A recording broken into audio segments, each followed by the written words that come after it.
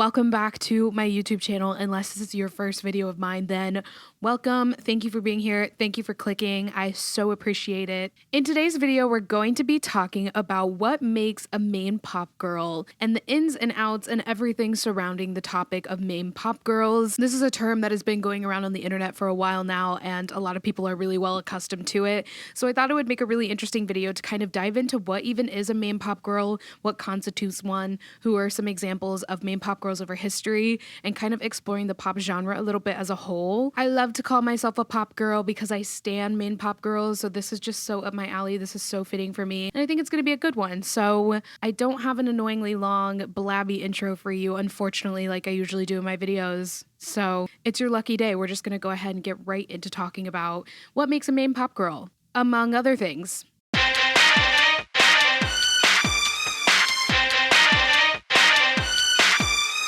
So, a main pop girl is essentially a term that rose into popularity primarily now in the late 2010s and 2020s, used to describe a female pop artist with notable success and or relevancy. The term main pop girl is very internet and social media oriented and is something that kind of feels a little bit confined to the realm of internet and social media among a community of music lovers and music consumers, fangirls and stans, etc. I don't think the term main pop girl is something that's going to come across in the media a ton or just like day to day in normal life. And because the term main pop girl is so social media and internet oriented, there have been some people who have criticized the term over time, stating that it's simply something that people use to make other artists feel less relevant or successful than others. One Reddit user noted on this topic that main pop girl is an arbitrary term that people give to artists that they feel are more relevant than others, which all in all makes me question if the term main pop girl actually holds any value. For example, someone like Michael Jackson, we know that he is widely considered the king of pop, and that's something that everyone calls him because that is his label used in the media and by everyday people. But I don't think the term main pop girl holds the same weight because you're not just talking about one singular person. It's kind of a category that you put people into, and again, it's very reserved for the realms of the internet, unlike the term king of pop or queen of pop or princess of pop or all those things that artists have been labeled with over time. That fact just makes the term main pop girl feel very, very chronically online and like something that might not hold the same weight, which begs the question, what makes a main pop girl? What do you have to have and what do you have to give to earn that title? Or since we discuss it's not really a title, how do you fall into that category? One Reddit user suggests that anyone can be a main pop girl with a hit song, performances and interviews with popular outlets, being reported on by gossip places, and having a stan army. Someone else thinks you need to have a few recognizable hits, have a strong fan base, basically be successful enough to be nominated for big awards and be known as a brand. Yes, I used Reddit a lot for my research in this video because, like I said, main pop girl is not something that the media is talking about, so the only place I had to research were the confines of music consumers on the internet. Based on my experience in the music world and the research that I've done for this video, I personally think that there's a few bases you have to hit to fall into the main pop girl category. Let's talk about some of those bases. Number one, the artist makes pop music. And by this, I just mean that the singer in question primarily and regularly makes pop music. This would mean that most of your discography has to be some type of pop music, and that's the type of music that you are consistently making and kind of defines you as an artist. You wouldn't call someone like Carrie Underwood a main pop girl because she is a country singer primarily, even if she has dabbled a little bit in the pop genre. Though it does still count if you're a pop girl who makes a different kind of pop music, i.e. someone like Lorde who makes indie pop or bedroom pop music, or someone like Avril Lavigne who blasted off into stardom making pop punk music. Those genres are still genres of pop and still a type of pop, so I think you can still be considered a main pop girl if you're messing around in other pop genres, as long as, again, that's primarily your discography and the type of music that you're known for making. When I was researching for this video, I saw a lot of people having the conversation of what about rap girls? Could you consider them pop girls? But I personally think that that's a different category. You got your main rap girls, you got your main pop girls, though people like Doja Cat who also sing could fall into the main pop girl category. Let me know if you guys want a video on main rap girls because we are experiencing a female rap renaissance right now, and I think it would be really cool to cover them similarly to how I'm covering pop girls. Number 2 is cultural impact or presence. This could mean several things, one of which you as an artist have a very recognizable brand or identity, such as Olivia Rodrigo, who has a very, very specific market and a very specific presence and identity that everyone knows of. This could also mean you have a lot of relevancy, a lot of media. You have made an impact on pop culture in whatever way as a pop artist. This could also mean name recognition. Even if someone's not necessarily a fan of you, if you come up in a conversation, they know who you are and they know that you're a pop star. This could mean you have a very defining single. This comes on the radio and everyone knows the words, everyone knows the song, everyone knows it's your song because it was such a hit or it was so overplayed that it became a part of your relevance. So you have pop stars like Britney who have a huge cultural impact on pop culture. You have people like Olivia Rodrigo or Kesha who have had a very set in stone brand or identity that's very recognizable. And then you have people like Taylor Swift who simply have so much name recognition and a really, really large fan base. Number 3, commercial success. You as an artist have really, really high streams across online music consuming platforms, or you as an artist are even breaking records for the amount of streams that you're getting across these platforms. You have really, really high sale records for your albums and singles, or you're breaking records for the amount of albums and singles that you have sold. You have really high charting albums and singles that are in the Billboard Hot 100, like tip top of the charts, and have remained there kind of consistently. You as an artist have won mainstream big time awards like Grammys, American Music Awards, Brit Awards, Billboard Music Awards, and so on, so on. But keeping these 3 categories in mind for what constitutes a main pop girl, I want to raise the question, what happens if you check some of these boxes but not all of them? Like, say you're a pop artist who has lots and lots of commercial success and you've done really well with charting and streams, but you don't necessarily have a recognizable name or brand or identity, and you haven't necessarily made a huge impact to pop culture. Are you a main pop girl? Yes or no? I think the artist that comes to mind for me the most talking about this is Camila Cabello. She has had such commercial success as a solo artist, like some of the most replayed, highly charting, highly streamed singles that I've ever seen, literally everywhere, all over the radio, all over TikTok, this and that. But she doesn't have that much impact on pop culture outside of her relationship with Shawn Mendes. I feel like the only relevancy she's had to media is dating him due to the bizarre nature of the relationship and people questioning if it's PR. Other than that, she doesn't have a super recognizable brand or identity, nothing that really makes her a standout in the pop world, especially compared to her counterparts. But can we still take her commercial success and use that to label her a main pop girl? I don't know, guys. But to answer these questions, I do want to take a look at pop music over time and some pop girls that we've seen throughout the years in our history and kind of what qualified them as a main pop girl and what made them great. So pop music as a whole is a genre of popular music, but it's grown over time into an ever-evolving form of music with many, many subgenres. Due to the genre's ever-changing nature, the definition of pop music is dynamically pliable. In its application, pop music is a version of popular music that runs the highest hits.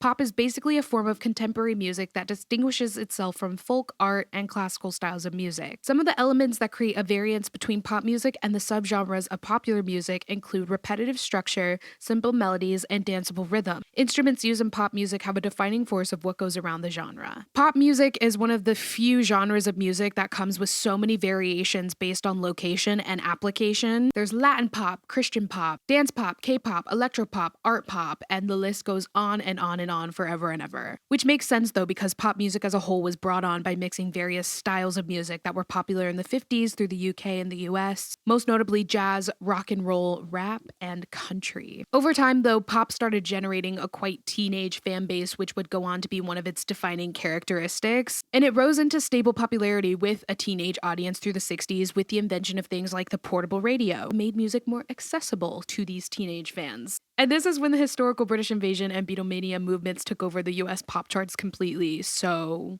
But then through the 70s, more advanced varieties of pop started to come about and become popular with the rise of stars like Michael Jackson and Prince. And of course, like I said earlier, Michael Jackson goes on to be named the king of pop, so that makes sense. But in terms of pop girls, the subject here, I think some of the earliest notable what you could call main pop girls were Donna Summer, Whitney Houston, Diana Ross, and Cher. Donna Summer has been nominated for 18 Grammys and has won 5. She was named the Queen of Disco and has sold over 100 million records. Reading stats like that is always crazy to me because I used to do videos on like my faves and be like, they sold 50 million records, but 100 million is crazy. Whitney Houston not only reached legend status in her career, but she also has won so many big time awards in her time that she broke a Guinness World Record for them. The Rock and Roll Hall of Fame says, celebrated as the greatest singer of her generation, Whitney Houston's accomplishments in music are unparalleled. Then you have Diana Ross, who originally reached superstardom status in the group The Supremes. And then as a solo artist, she would go on to be considered a diva of pop and soul with 12 top 10 singles on the Billboard Hot 100. And then you have Cher, who is what the media considers the goddess of pop, with Rolling Stone stating there are no other careers remotely like hers, particularly in the history of pop music, and referred to Cher as the one-woman embodiment of the whole gaudy story of pop music. There's also Janet Jackson, who sort of pioneered hip-hop infused pop with huge hit albums like Control. These women are easily the biggest stars of their decades, as you can see by their commercial success, pop culture impact, and legacy in general. But just with these artists alone, you can kind of see how much pop has changed as a genre over time, because the main pop girls back then were doing a lot of soul and R&B and disco and jazz, and clearly the genre is completely transformed now, and what a main pop girl looks like now is very, very different. This makes me wonder if the main pop girls of today will go down with the same impact as the pop girls of yesterday, because the ones that we have talked about so far have pioneered different genres of pop and have really left a legacy on the genre, and it makes me curious about the legacy of pop girls that we have now. But then we get to the 80s and 90s, where we saw pop girls like Madonna, Mariah Carey, and Celine Dion have humongous careers and leave a cultural impact on the pop space. Madonna has earned herself the title Queen of Pop, kind of like we talked about Cher earned the title Goddess of Pop. Madonna is the queen, Goddess is the Cher.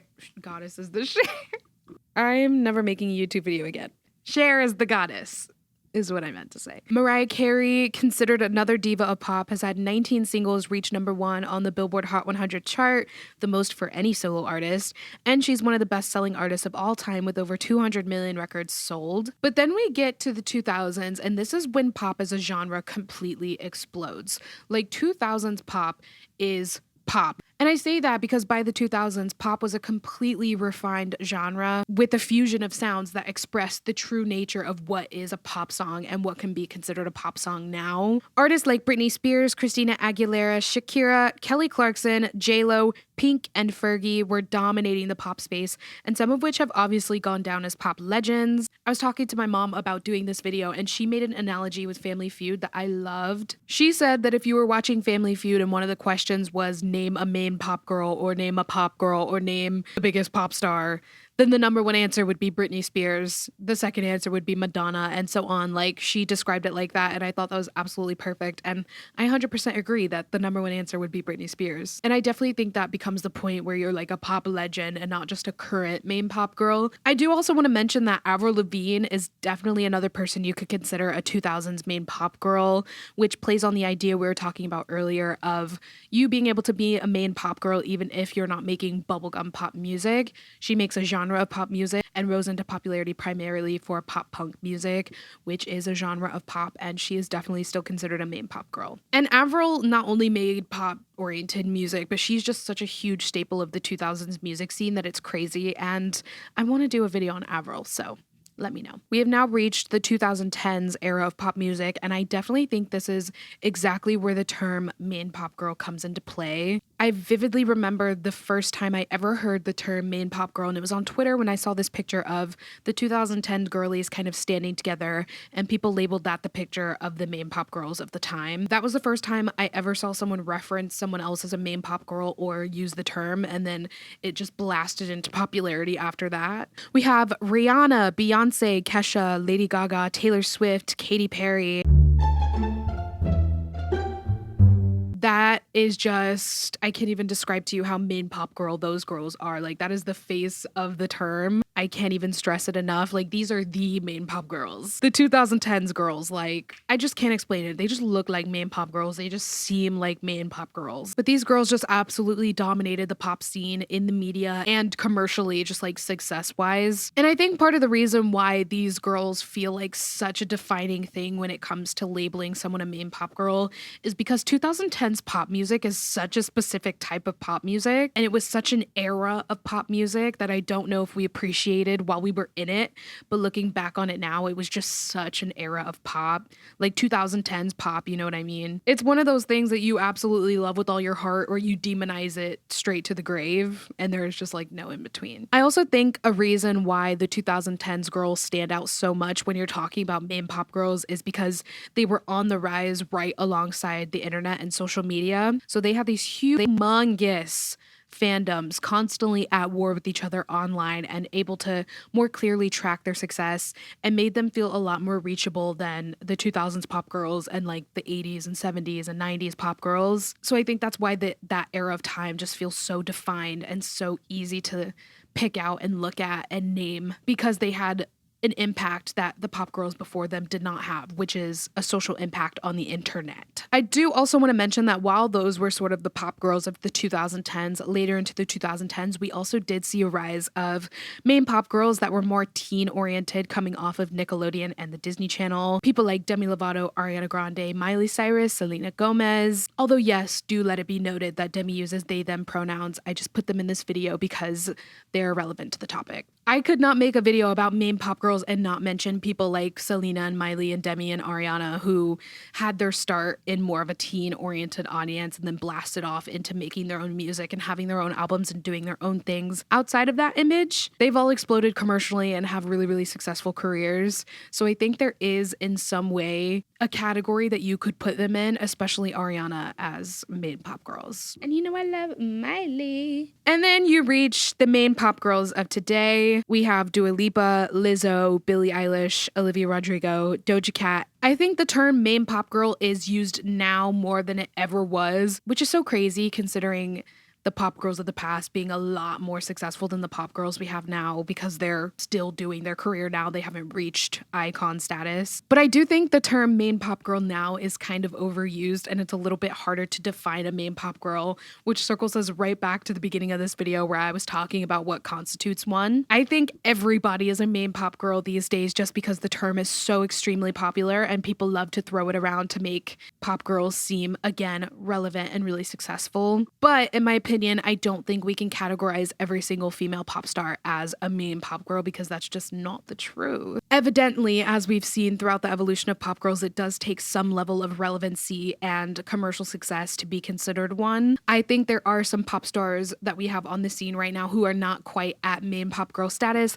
like Normani, Chloe X Halle, Reina Sawayama. I would definitely also put Sabrina Carpenter on that list of like has the potential to become a huge main pop girl. She is well on her way. Stream emails I can't send. Amazing, amazing pop artists with phenomenal things happening for them and their career getting bigger and bigger, but they haven't reached that status of main pop girl yet because they don't have enough impact, relevancy, name recognition, and commercial success to get there. So I think that's a perfect example of some people who are considered main pop girls and some people who are still climbing up the ladder to that status, though some people may argue that these are main pop girls. So it really is just about your own personal categorization and guidelines. I also think another reason why it's so hard to sort of define who is a main pop girl these days is because of how twisted and changing and evolving pop music has gotten now. So many artists these days are experimenting with genre crossing in various genres and different types of pop music that it's not super defined like it used to be, especially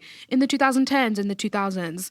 We are seeing a rise in all kinds of different pop music nowadays, and the pop stars that we're seeing burst onto the mainstream are experimenting with so many different sounds and various influences that sometimes it feels a little bit hard to solidify what is pop in stone. It almost feels like the main pop girls are starting to fall into different categories, like I was talking about earlier. Main rap girls. We've also saw this recent rise in what the internet calls the sad white girl music. Your Phoebe Bridgers, your Mitskis, your Gracie Abrams, people like that, Clairo. And a lot of artists are experimenting so much with rock-oriented music right now, like Olivia did. Miley did a whole album that was extremely rock-oriented, but still pop at the same time. Just seems to be the thing right now, is people are experimenting with really rocky sounds or really depressing indie sounds, or there's a rise of main rap girls. There just feels like all these different categories of pop because of how far the genre has come. So it's a little bit hard to pick out who you'd consider a main pop girl. But something I do appreciate right now in the 2020s era is